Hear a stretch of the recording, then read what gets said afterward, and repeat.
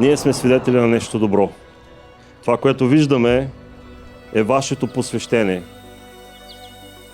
Да се свържете заедно, да бъдете съпруг и съпруга. Да се приемете един друг и това да бъде вашата единствена любов. Обещахте да се грижите един за друг. Нека това обещание да важи както в благоденствие, така и в трудности. Пазете приятелството си. Обичайте се завинаги. Вярвайте си. Уважавайте се. И ни научете и ние как да го правим и да сме по-добри. Смейте се и плачете заедно. И на това може да ни научите.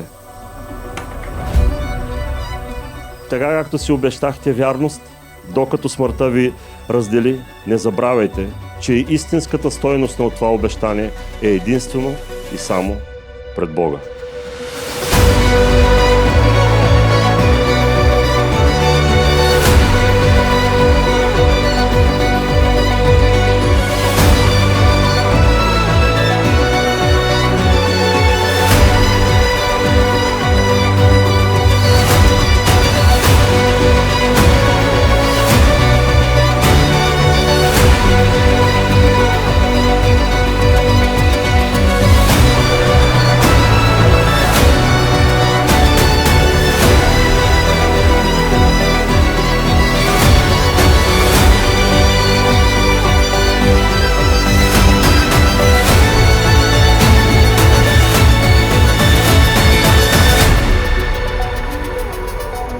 Не търсих любов, не я очаквах, но ти се появи тихо, естествено, без предупреждение.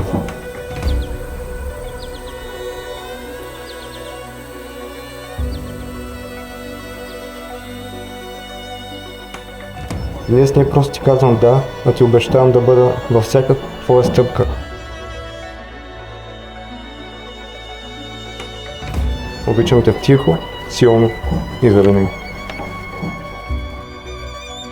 За всички нашата история е мечта, но аз ти благодаря, че колкото и трудна да беше тя, ти я написа с мен.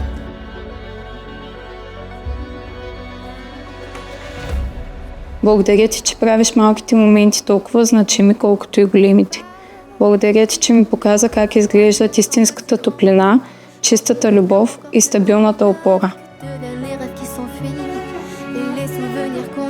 И ако утрешният ден не е обещан, аз ще бъда спокойна, защото знам, че днес мога да те обичам със всеки свой дъх. Обичам те завинаги.